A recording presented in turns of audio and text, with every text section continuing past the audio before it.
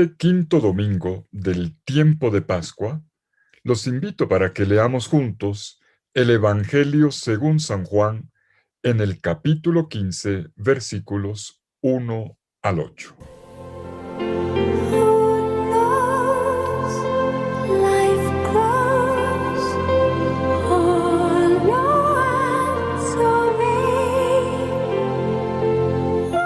En aquel tiempo dijo Jesús a sus discípulos: Yo soy la verdadera vid, y mi Padre es el labrador. A todo sarmiento que no da fruto en mí lo arranca, y a todo el que da fruto lo poda, para que dé más fruto. Ustedes ya están limpios por la palabra que les he hablado. Permanezcan en mí y yo en ustedes. Como el sarmiento no puede dar fruto por sí si no permanece en la vid, tampoco ustedes si no permanecen en mí. Yo soy la vid, ustedes los sarmientos. El que permanece en mí y yo en él, ese da fruto abundante, porque sin mí no pueden hacer nada. Al que no permanece en mí lo tiran fuera, como el sarmiento, y se seca. Luego los recogen y los echan al fuego y arden. Si permanecen en mí y mis palabras permanecen en ustedes, pidan lo que desean y se realizará. Con esto recibe gloria mi Padre, con que den fruto abundante, y así serán discípulos míos. Palabra del Señor. Gloria a ti, Señor Jesús.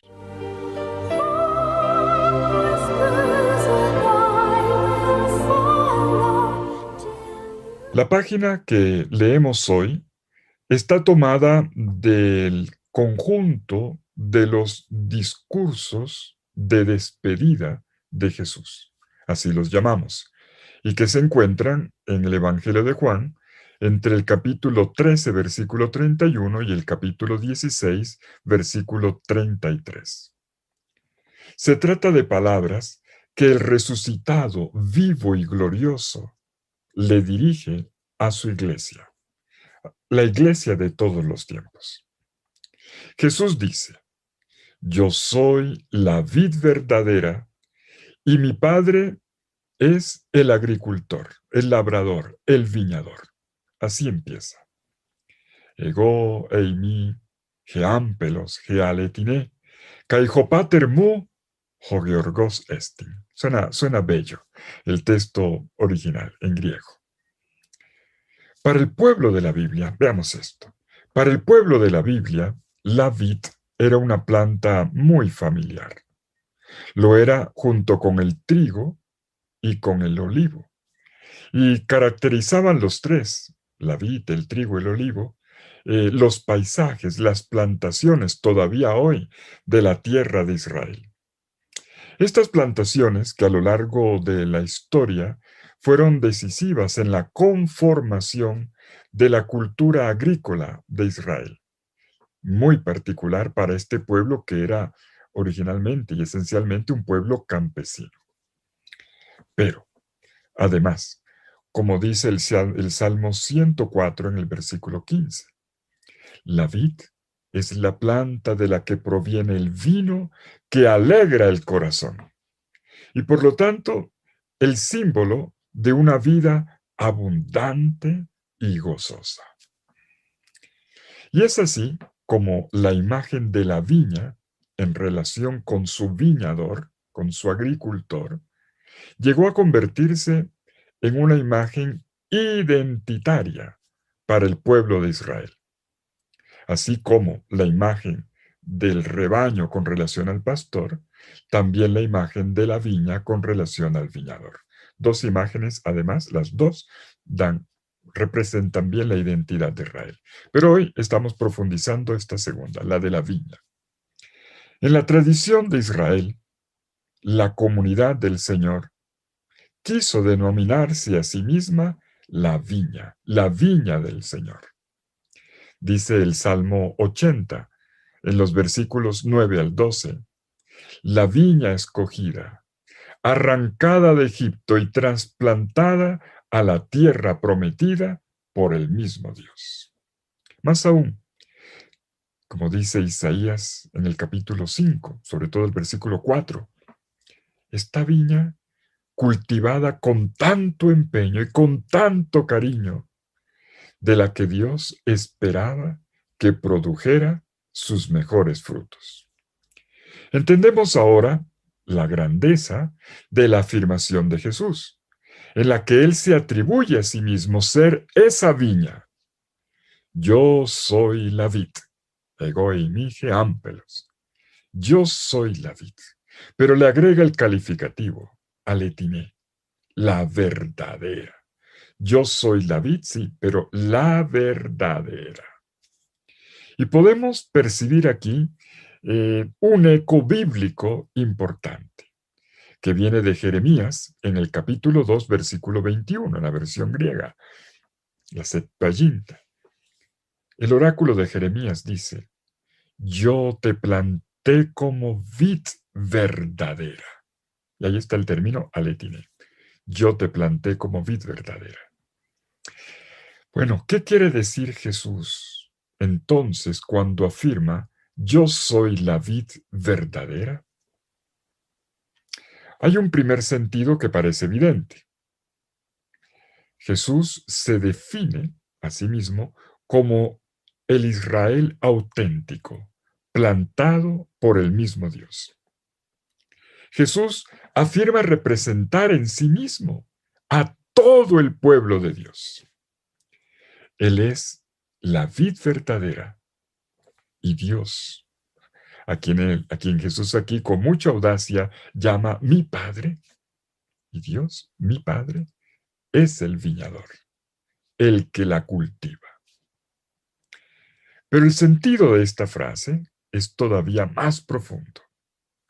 Miren, en algunos pasajes de la predicación profética del Antiguo Testamento se había dicho que Dios es el viñador, que ama a su viña, pero que Dios se sentía frustrado por esta viña.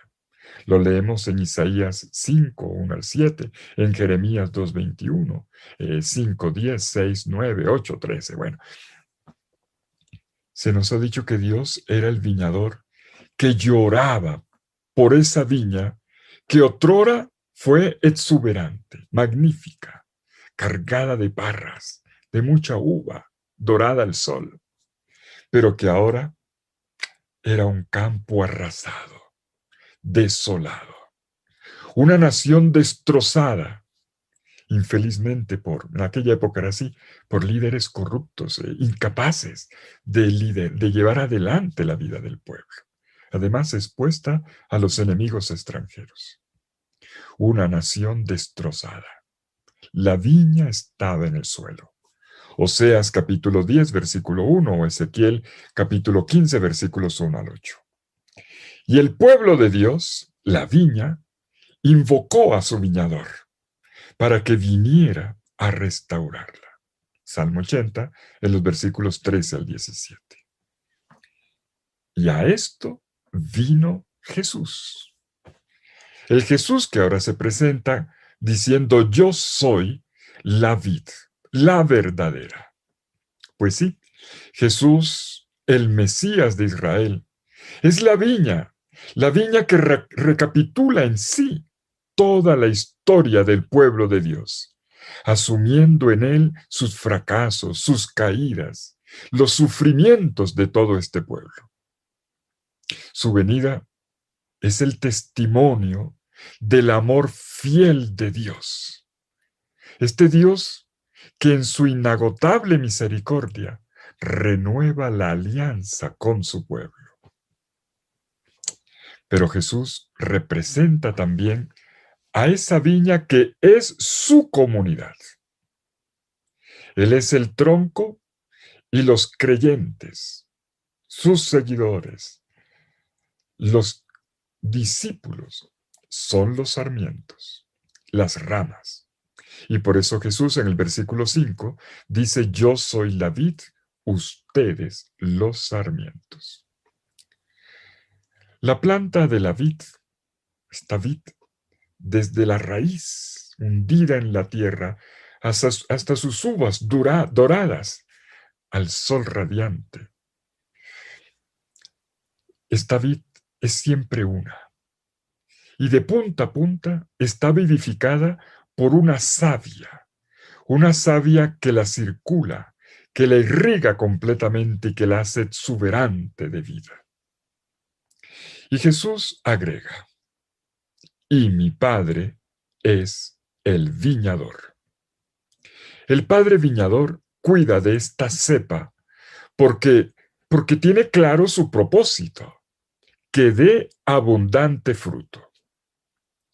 La cuida labrando la tierra, cultivándola y luego podando la vid y recogiendo los frutos. Y me llama la atención esto de la poda. Dice Jesús en el versículo 2, todo sarmiento que en mí no da fruto, lo corta. Y todo el que da fruto, lo poda para que dé todavía más fruto. La poda es una operación que el agricultor hace en invierno, en un tiempo en el que la vid no tiene hojas y cuando da la impresión de que está muerta. ¿Y para qué lo hace? Lo hace para que la vid no disperse la savia, no sea que resulte produciendo harto follaje, a lo mejor brotes frondosos, pero sin parra, sin fruto. Una vid debe dar racimos grandes, jugosos, bien formados, nutridos hasta la maduración. Cuando el agricultor poda, la vid llora, literalmente llora, donde se corta, hasta que la herida se cura y cicatriza. Esta poda, como podemos ver, es una operación dolorosa para la vid. Hay sarmientos que se cortan y se tiran fuera del viñedo, allí se secan y luego, como era costumbre antiguamente, la quemaban. Jesús se permite decir que su Padre Dios también lleva a cabo esta poda, que la vida que Él es, Jesús, requiere ser limpiada y que por lo tanto debe experimentar en su propio cuerpo las heridas causadas por las ramas podadas de Él. Y es la misma palabra de Dios la que hace esta poda. Así lo dice Jesús, porque ella también es espada que corta, que separa. A ver, ¿no fue esto lo que Jesús dijo en el lavatorio de los pies? Allí dijo que la palabra de Dios había limpiado a su comunidad. Cuando Jesús dijo a Pedro, no todos, ustedes están limpios, pero no todos. Y esto fue más evidente con la salida del cenáculo por parte de Judas, el traidor, la noche antes de su pasión, en Juan en el capítulo 13, versículo 30. Y con todo esto, para los discípulos de Jesús, sigue siendo una poda necesaria. Dice que a quien da fruto todavía lo poda para que dé mucho más. Y esto es bello. Los discípulos de Jesús estamos llamados a seguir siendo sarmientos de la vid que Él es y a dar más y más fruto. Pero vuelvo sobre el punto, notémoslo bien. La palabra es la que limpia. En griego se dice katairo, purifica. La palabra purifica a la comunidad de los discípulos de Jesús en todos los tiempos. ¿Por qué? Porque ella es como espada de doble filo. Recordamos ese pasaje de Hebreos capítulo 4, versículo 12. Espada de doble filo que corta la rama estéril, que poda la rama que a veces pinta exuberante, mucha carita, pero en realidad es estéril.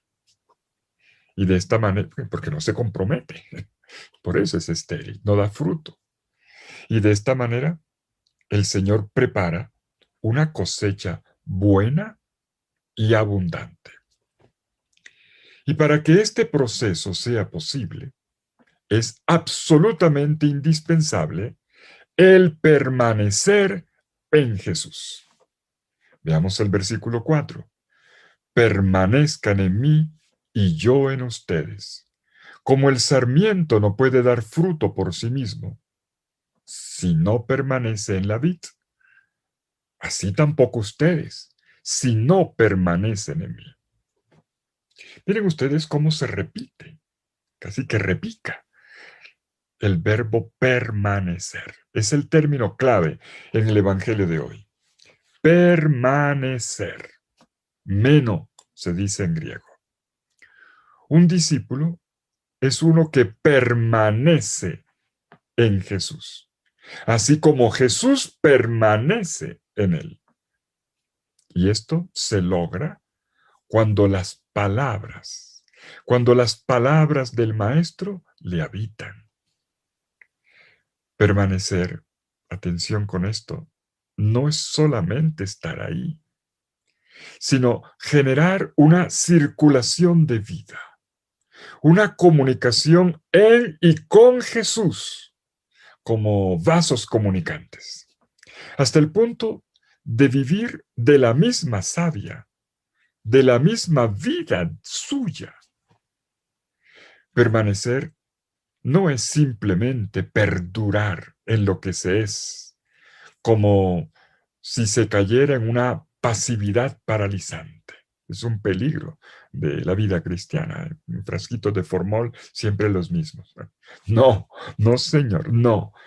Es más bien una dinámica continua de crecimiento.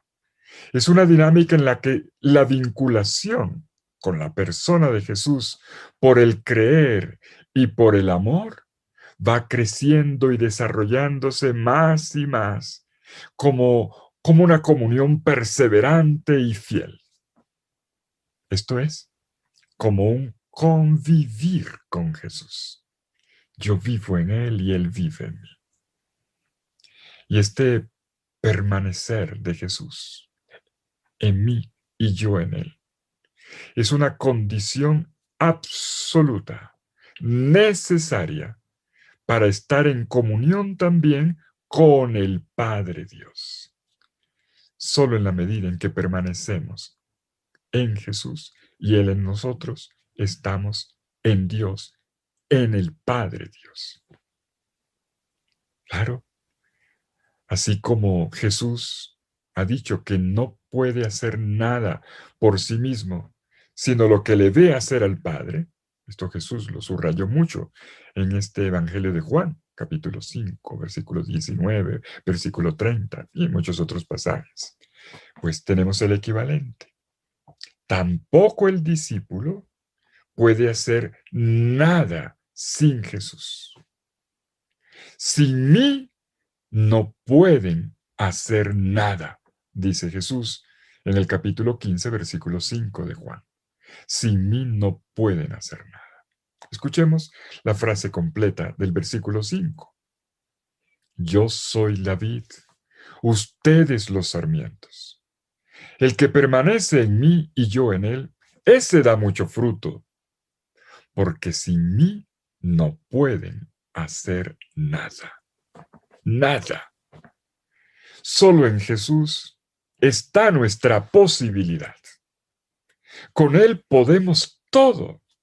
Y claro, sin Él nos estancamos, nos secamos, no llegamos lejos.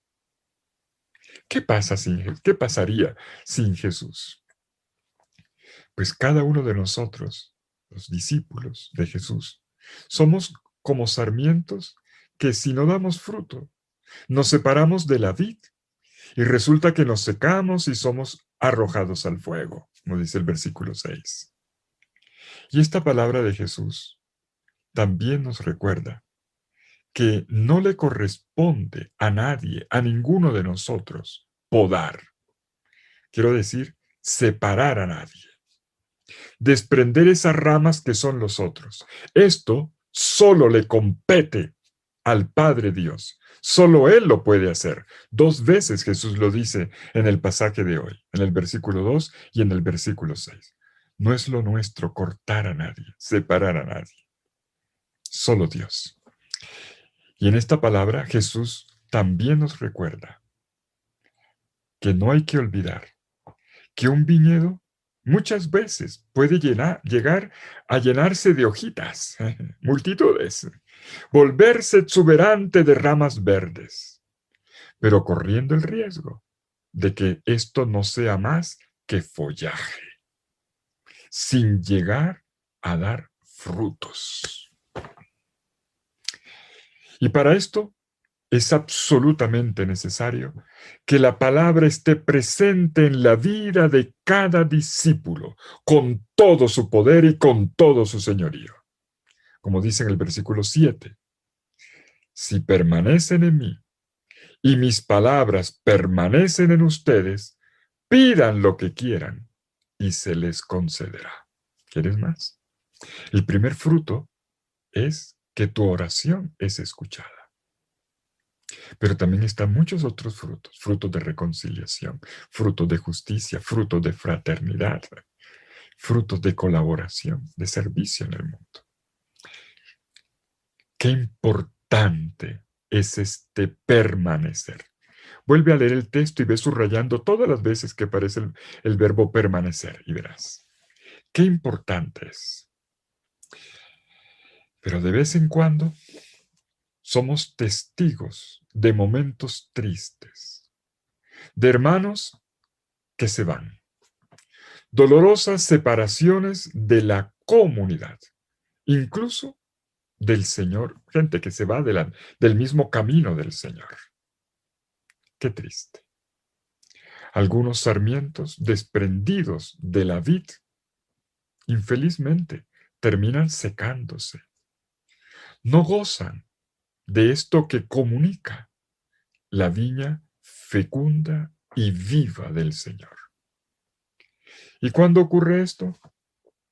Cuando los cristianos, o sea, los bautizados, los que hemos sido injertados en la vid por el bautismo, cambiamos el amor por el rencor, por la enemistad, por el egoísmo.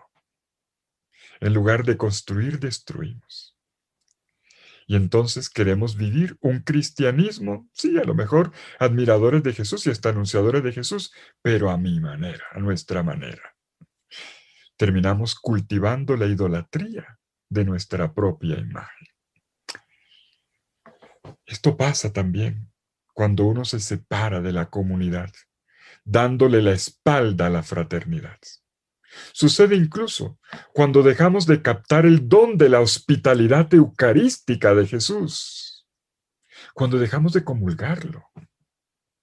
Este Jesús que nos ofrece su cuerpo y su sangre para que su vida esté dentro de nosotros. Ya lo habíamos leído antes en el discurso del pan de vida en Juan 6:56. El que come mi carne y bebe mi sangre permanece en mí y yo en él. Ya esto del permanecer viene de atrás y fue inicialmente una propuesta eucarística.